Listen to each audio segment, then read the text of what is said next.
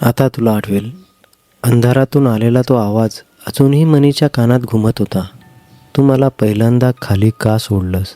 मनी खाणीच्या कडेला उभा होता. सुमारे हजारो वर्ष जुना अंधार आणि खाली दगडी पायऱ्या. त्या पायऱ्यांच्या पलीकडे एक संपूर्ण शहर. राघव त्याच्या बाजूला उभा होता.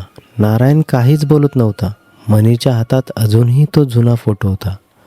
फोटोमध्ये 2 मुलं होती, दोघेही अगदी सारखे. एक मनी आणि दुसरा प्रतिबिंब. मनीने हळू आवाजात म्हटलं. नारायणने मान खाली घातली. हो, आता सगळं सांगा. मनी. नाही. मनीचा आवाज पहिल्यांदाच थरथरत नव्हता. आत्तापर्यंत तुम्ही अर्धवट सत्य सांगितलं. माझी आई खाली गेली, माझा जन्म तिथे झाला, 2 मनी होते, माझी सावली वेगळी झाली. हे शहर काय आहे हे तुम्हाला माहीत आहे. तो नारायणच्या अगदी जवळ गेला. आज एकतर सगळं सांगा.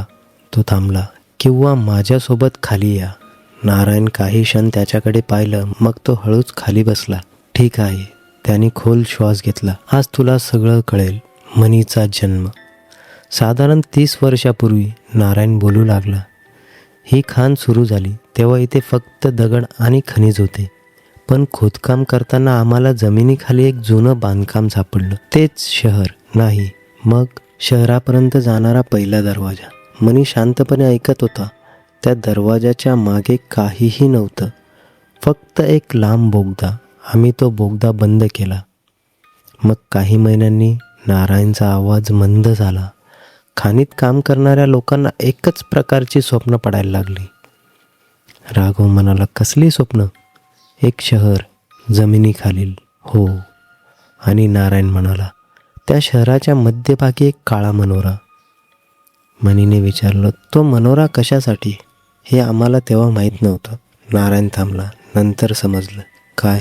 तो मनोरा शहराचा मंदिर नव्हता. मग नारायणने मनीच्या डोळ्यात पाहिलं. तो दरवाजा होता. मनीच्या अंगावर काटा आला. कशाचा? खालच्या जगाचा नाही.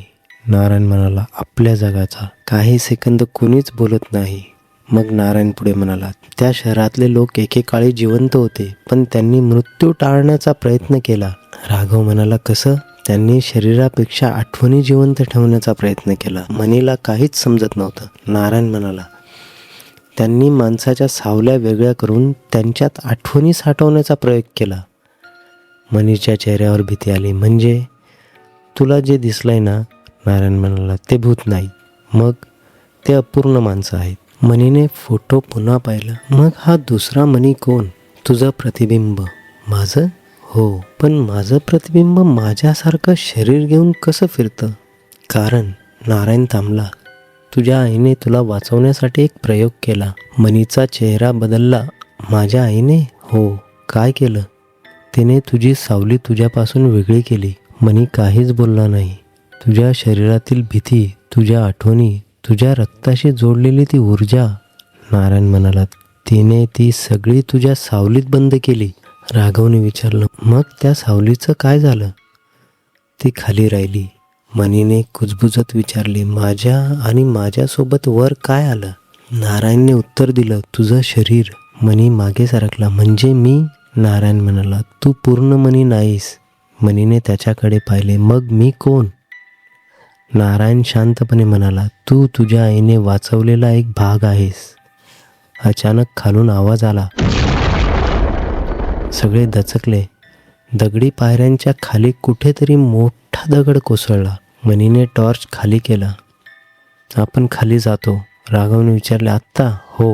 नारायण म्हणाला, खाली गेल्यावर परत येण्याचा रस्ता बंद होऊ शकतो. मनी म्हणाला, माझी आई तिथे आहे. मनी, ती जिवंत आहे की नाही हे मला स्वतः पाहायचंय. राघव पुढे आला. मी येतोय. नारायणने त्याच्याकडे पाहिलं. तुला माहिती आहे ना, तिथे तुला तुझ्या वडिलांचा चेहरा दिसेल. राघव थांबला. हो. आणि ते तुला काहीही सांगतील. मला माहिती आहे. कदाचित ते तुला घरी बोलवतील. राघवने मनीच्या खांद्यावर हात ठेवला. मग मला माहिती आहे की मी त्यांच्यावर विश्वास ठेवायचा की नाही. नारायणने पहिल्यांदा हलकंसं स्मित केलं. चला, खालील शहर. तिघे पायऱ्या उतरू लागले. 1, 2, 3 पायऱ्या अंतहीन वाटत होत्या. वरचा प्रकाश हळूहळू लहान होत गेला. गावाचा आवाज नाहीसा झाला, वाऱ्याचा आवाज नाहीसा झाला, फक्त त्यांच्या पावलांचा आवाज. मनी पुढे, राघव त्याच्या मागे, नारायण शेवटी. काही मिनिटांनी समोर अंधारातून काहीतरी दिसू लागलं. पहिली इमारत, मग दुसरी, मग तिसरी, मग पूर्ण शहर. जमिनीखाली एक शहर, दगडी घर, मोठे रस्ते, तुटलेल्या मूर्त्या, जुन्या दुकानांचे अवशेष आणि प्रत्येक घराच्या दारावर एक चिन्ह, मानवी डोळ्यासारखं. राघवने कुजबुजत विचारलं, हे शहर किती जुनं असेल? नारायण म्हणाला, आपल्याला माहीत नाही. मनी एका घराजवळ गेला. दार उघडं होतं. आत जुन्या वस्तू, मातीचे भांडी, लोखंडी साधनं, भिंतीवर काहीतरी चित्र. एका चित्रात एक स्त्री एका बाळाला घेऊन पळत होती. मनीने टॉर्च त्या चित्रावर टाकली. तो थिजला. ही, राघव म्हणाला, तुझी आई. मनीने मान हलवली. चित्राच्या मागे काहीतरी लिहिलं होतं. नारायणने वाचलं, ती मुलाला वर घेऊन जाते. मनीने विचारलं, मग पुढचं चित्र कुठे आहे? ते तिघे पुढे गेले. दुसऱ्या भिंतीवर दुसरं चित्र. त्यात तीच स्त्री एका काळ्या दरवाजासमोर उभी आणि तिच्यासमोर एक लहान मुलगा. पण त्या लहान मुलाच्या चेहऱ्यावर मनीचा चेहरा. मनीने भिंतीला हात लावला आणि अचानक त्याच्या डोक्यात एक आठवण चमकली. ती रात्र. तो लहान होता, 6 वर्षांचा, हातात टॉर्च, समोर त्याची आई. ती रडत होती. मनी, माझ्याकडे बघ. आई, आपण कुठे आलो? घाबरू नकोस, इथे कोण राहतात? आईने त्याचा हात घट्ट धरला. तुला जे काही दिसेल त्याच्याकडे पाहायचं नाही. का? कारण ते तुला तुझ्या माणसासारखे दिसतील. मनी गोंधळला. समोर एक मुलगा उभा होता, अगदी त्याच्यासारखा. आई, त्याच्याकडे पाहू नकोस, तो मुलगा म्हणाला. मनी. लहान मनी त्याच्याकडे पाहतो. तू कोण? मुलगा म्हणतो. मी तू.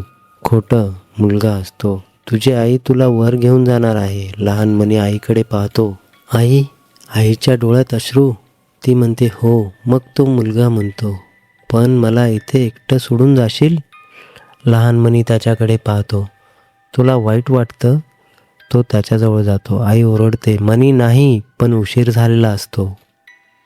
लहान मनी त्या मुलाच्या हाताला स्पर्श करतो आणि संपूर्ण शहरात घंटा वाजतात. मनी अचानक वर्तवण्यात आला. तो जमिनीवर बसला. राघवने त्याला पकडलं. काय झालं? मनी धापा टाकत होता. मला आठवलं. नारायण म्हणाला. काय? मी त्याला स्पर्श केला होता. कोणाला? दुसऱ्या मनीला. नारायणच्या चेहऱ्यावर भीती. मनी म्हणाला, मग माझ्या आईने मला ओढून घेतलं आणि ती मला वर घेऊन गेली. मग? मनीने नारायणकडे पाहिलं, पण त्याने माझा हात सोडला नाही. नारायण शांत. माझ्या आईने. मनी थांबला. माझ्या आईने माझा हात तोडून घेतला. राघव स्तब्ध. मनीच्या डोळ्यात अश्रू होते. माझ्या आईने मला वाचवलं. तो म्हणाला, पण त्या दुसऱ्या मनीला?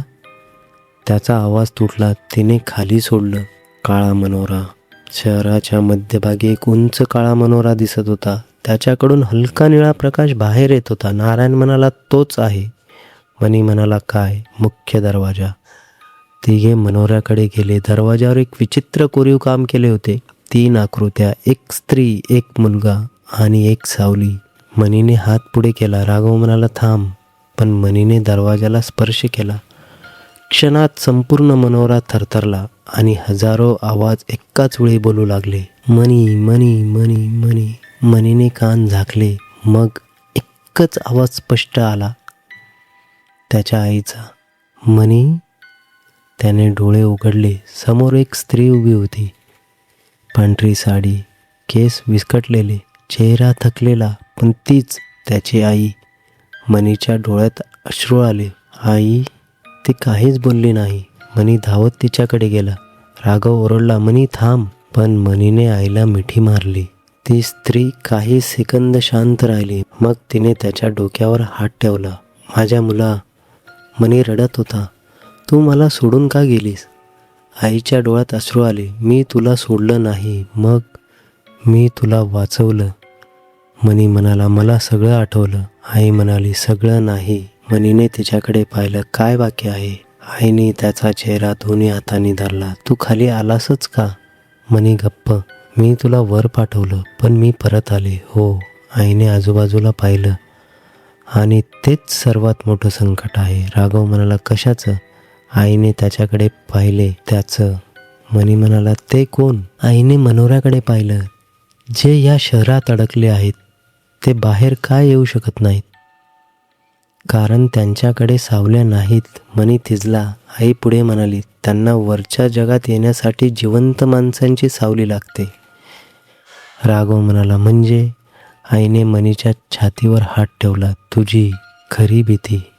मनी मागे झाला. माझी? आई म्हणाली, तू वर गेला होतास पण तुझी सावली इथेच राहिली. मग तुझी सावली मोठी झाली आणि आता? आईच्या डोळ्यात भीती आली. आता ती तुला परत घेऊ पाहते. मनीने विचारलं, म्हणून तो दुसरा मनी? तो तुझा प्रतिबिंब नाही. मग?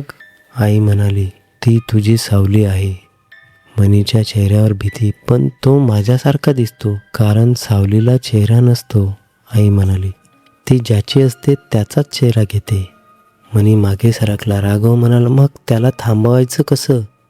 आईने त्याच्याकडे पाहिलं. त्याला मारता येत नाही. मग त्याला परत स्वीकारावं लागतं. मनी म्हणाला, म्हणजे? आई म्हणाली, तुला तुझी सावली परत घ्यावी लागेल आणि मग हे शहर बंद होईल. मनीने विचारलं, पण त्यासाठी मला काय करावं लागेल? आईने डोळे मिटले. तुला इथेच राहावं लागेल. मनी गप्प. राघव ओरडला, नाही. आई म्हणाली, तुझ्या शरीराला वरच्या जगात राहायचं असेल तर? ती मनीच्या डोळ्यात पाहते. तुझी सावली तिथे जाऊ शकत नाही. मग तुला दोनपैकी एक निवड करावी लागेल. मनीचा आवाज थरथरला. काय? तू वर जाशील, ती थांबली, आणि तुझी सावली या शहरातून बाहेर पडेल, किंवा तू तुझी सावली घेऊन इथेच राहशील. मनी शांत. राघव म्हणाला, दुसरा पर्याय नाही. आईने मान हलवली. नाही. राघवचा निर्णय अचानक मनोऱ्याबाहेर मोठा आवाज झाला. काळ्या आकृत्या दाराबाहेर जमा झाल्या. शेकडो, कदाचित हजारो. राघवने टॉर्च लावली. काहींचे चेहरे माणसासारखे, काहींचे नाही. मग एका आकृतीने पुढे येऊन चेहरा वर केला. राघव थिजला. बाबा. मनीने त्याच्याकडे पाहिलं. समोर राघवचे वडील उभे होते. ते अगदी जिवंत दिसत होते. राघवच्या डोळ्यात अश्रू. बाबा. ते म्हणाले, बाळा. राघव एक पाऊल पुढे गेला. मनीने त्याचा हात पकडला. नको, तो माझा बाबा आहे. राघव, मला त्याच्याशी बोलायचं आहे. तो मनीचा हात सोडून पुढे गेला. वडिलांनी हात पुढे केला. इकडे ये. राघव त्याच्या जवळ गेला. तुम्ही मला सोडून का गेलात? त्याच्या वडिलांनी उत्तर दिलं नाही. मी खूप वर्ष वाट पाहिली. ते हसले. मला माहिती आहे. मग परत का आला नाही? मी येऊ शकलो नाही. आता चला. वडिलांनी हात पुढे केला. माझ्यासोबत ये. राघव त्यांचा हात पकडणार तेवढ्यात मनी ओरडला, राघव. राघव थांबला. मनी म्हणाला, त्यांना एक प्रश्न विचार. काय? तुझ्या आईचं नाव. राघव थिजला. समोरच्या चेहऱ्यावर हसू हळूहळू गायब झालं. राघवने विचारलं, माझ्या आईचं नाव काय? त्या आकृतीने काहीच उत्तर दिलं नाही. राघव मागे झाला. बाबा, मला बाळा म्हणायचे. तो म्हणाला, पण माझ्या आईचं नाव त्यांनी कधीच विसरलं नसतं. समोरची आकृती हळूहळू बदलू लागली. चेहरा वितळल्यासारखा झाला. डोळे काळे झाले आणि ती आकृती किंचाळली. राघव मागे धावला. मनीने त्याला पकडलं. आई ओरडली, दरवाजा बंद करा. नारायणने मनोराच्या आत असलेली दगडी चक्र फिरवायला सुरुवात केली. 1, 2, 3 बाहेरचे जीव मनोऱ्यात शिरण्याचा प्रयत्न करू लागले. दरवाजा हादरू लागला. धाड धाड धाड. मनी ओरडला, आई, माझी सावली कुठे आहे? आईने मनोऱ्याच्या मध्यभागी बोट दाखवला. खाली. मनीने पाहिलं. जमिनीवर काळ्या दगडाचा एक गोल होता. त्यावर त्याची सावली उभी होती. मनीला पाहत हसत. मनीने एक पाऊल पुढे टाकलं. सावलीनेही एक पाऊल पुढे टाकलं. तो थांबला. ती थांबली. मनी म्हणाला, तू माझी सावली आहेस. सावलीने मान हलवली. तुला माझ्यासोबत वर यायचंय आहे. मान हलवली. मग तू लोकांना का मारतोयस? सावली शांत. मनी पुन्हा म्हणाला, तुला काय हवंय? सावलीने तोंड उघडलं, पण आवाज मनीच्या आईचा. तुझी जागा. मनी थिजला. सावली म्हणाली, तू माझी जागा घेतलीस. मनी म्हणाला, मी? हो. कधी? ज्या दिवशी तू मला खाली सोडलंस. मनीच्या डोक्यात पुन्हा आठवणीचा स्फोट झाला. लहान मनी, आईचा हात, दुसरा मनी. तो त्याला मिठी मारतो, आई त्याला ओढते आणि लहान मनी स्वतःच त्या दुसऱ्या मुलाला ढकलतो. तो मुलगा काळ्या विवरात पडतो. मनी ओरडतो, नको, पण आई त्याला वर घेऊन जाते. मनीला सगळं आठवलं. तोच त्याला खाली सोडून आला होता. त्याची आई नाही, तो स्वतः. त्याने स्वतः त्या सावलीला खाली सोडलं होतं. बाहेरचे आवाज वाढत होते. दरवाजा तुटण्याच्या स्थितीत होता. आई म्हणाली, आता तुला सत्य माहीत आहे. मनीने तिच्याकडे पाहिलं. मला काय करायचंय? तुझ्या सावलीला स्वीकार, मग शहर बंद होईल. आणि मी? आईने उत्तर दिलं नाही. मनीला सगळं समजलं. तो सावलीजवळ गेला. राघव ओरडला, मनी, विचार करून. मनी म्हणाला, मी 30 वर्ष माझ्या सावलीशिवाय जगलो. तो सावलीसमोर उभा राहिला. माझ्या आईने मला वाचवलं. तो म्हणाला, पण तुला सोडलं. सावली त्याच्याकडे पाहत होती. ही माझी चूक होती. सावली हळूहळू पुढे आली. मनीने हात पुढे केला. सावलीनेही हात पुढे केला. दोघांचे हात स्पर्शले. क्षणभर संपूर्ण शहर शांत झाले. घंटा थांबल्या, आवाज थांबले, बाहेरचे जीव थांबले. मनीच्या शरीरातून काळा धूर बाहेर येऊ लागला. त्याच्या डोळ्यासमोर आयुष्यभराच्या आठवणी चमकू लागल्या. पहिलं घर, आईचा चेहरा, पहिली शाळा, पहिलं पाऊल. पहिल्यांदा त्याने आईला आई म्हटलं होता तो दिवस. सगळं मग एक मोठी वेदना. मनी ओरडला, आई. राघव त्याच्याकडे धावला, पण आईने त्याला थांबवलं. नको, तो मरतोय. नाही, ती म्हणाली, तो पूर्ण होतोय. मनीच्या शहरातून काळी सावली पूर्णपणे बाहेर आली. ती त्याच्यात मिसळली. एक मोठा प्रकाश झाला आणि सगळं काळं. राघवने डोळे उघडले. मनोऱ्याच्या भिंती तडकल्या होत्या. नारायण जमिनीवर पडला होता. आई दिसत नव्हती आणि मनीही दिसत नव्हता. मनी. राघव ओरडत त्याला शोधायला सुरुवात केली. मनोऱ्याच्या मध्यभागी एक माणूस उभा होता. मनी? पण तो बदलला होता. त्याच्या चेहऱ्यावर भीती नव्हती. त्याच्या डोळ्यात शांतता होती. राघव धावत गेला. मनीने त्याच्याकडे पाहिलं. चल, तुझी आई. मनी मागे वळला. ती तिथे उभी होती, हसत. मनी तिच्याजवळ गेला. आई. तिने त्याच्या डोक्यावर हात ठेवला. आता तू पूर्ण आहेस. मनीने तिला मिठी मारली. तू माझ्यासोबत वर येशील? आई हसली. नाही. का? माझं काम इथेच संपतं. नाही. मनी रडू लागला. आई म्हणाली, तुला मी जन्म दिला नाही. मनी थांबला. काय? तुला मी इथून वर नेलं. मनीच्या डोळ्यात प्रश्न. आई म्हणाली, तुझी खरी आई. ती थांबली. तुझी खरी आई अजूनही वर आहे. मनीचा चेहरा पांढरा झाला. काय? आईने मागे पाहिलं. जिचा फोटो तू पाहिलास, ती म्हणाली, ती मी नाही. मनीला धक्का बसला. मग तू कोण? ती हलकसं हसली. मी तिची सावली. मनी काही बोलू शकला नाही. तुझ्या आईने मला तुझ्यासोबत पाठवलं. म्हणजे? तू ज्याला आई म्हणत मोठा झालास, ती म्हणाली. ती तिची सावली होती. मनीच्या डोळ्यात अश्रू. माझी खरी आई कुठे आहे? त्या स्त्रीने वरच्या दिशेने पाहिलं. जिथून तू आलास, वर. तिने मान हलवली. हो. मनी तिचा हात पकडतो. मग तू माझ्यासोबत आहे. ती हसली. मी वर जाऊ शकत नाही. का? माझी जागा इथे आहे. मनी म्हणाला, मी तुला सोडणार नाही. ती म्हणाली, यावेळी तू मला सोडत नाहीयेस. मग? मी स्वतः तुला सोडते. अचानक मनोरा जोरात हल्ला. भिंती कोसळू लागल्या. आई म्हणाली, जा. मनी म्हणाला, नाही. मनी. ती पहिल्यांदा ओरडली. वर जा. राघवने मनीला पकडलं. चल. मनी मागे वळून पाहत होता. आईच्या चेहऱ्यावर शांत हसू. मनी. तो थांबला. काय? यावेळी ती म्हणाली, तुझी सावली सोबत घेऊन जा. मनीने स्वतःच्या पायाकडे पाहिलं. पहिल्यांदा त्याची सावली पूर्ण होती आणि ती त्याच्यासारखीच हलत होती. मनीच्या डोळ्यात अश्रू आले. तो वळला. राघव आणि नारायणसोबत धावत पायऱ्यांकडे गेला. मागे संपूर्ण शहर कोसळत होतं. ते तिघे पायऱ्या चढत होते. मागून दगड कोसळत होते. काहीतरी त्यांच्या मागे धावत असल्याचा आवाज येत होता. राघव ओरडला, लवकर. मनी वर पाहत होता. दूर एक छोटासा प्रकाश दिसत होता. वरचं जग, जिवंत जग. ते धावत राहिले. पायऱ्या संपत नव्हत्या. मग मनीने मागून आवाज ऐकला. मनी. तो थांबला. राघव म्हणाला, थांबू नकोस आई. तो आवाज नाही. मनीने मागे पाहिलं. अंधारात शेकडो डोळे, पण त्यात एक चेहरा ओळखीचा, मनीचा स्वतःचा. तो दुसरा मनी. तो हसत होता. मनीने काही क्षण त्याच्याकडे पाहिलं, मग म्हणाला, तू आता माझ्यात आहेस. तो चेहरा हळूहळू नाहीसा झाला. मनी वर धावला. ते वर आले. पहाट झाली होती. खाणीच्या बाहेर गावकरी उभे होते. जमिनीला भेगा पडल्या होत्या. खाणीचा मोठा भाग कोसळला होता, पण मनी, राघव आणि नारायण जिवंत होते. गावकऱ्यांनी त्यांना पाहताच धाव घेतली. कोणी पाणी दिलं, कोणी रुग्णवाहिका बोलवली, आणि मनी मात्र शांत होता.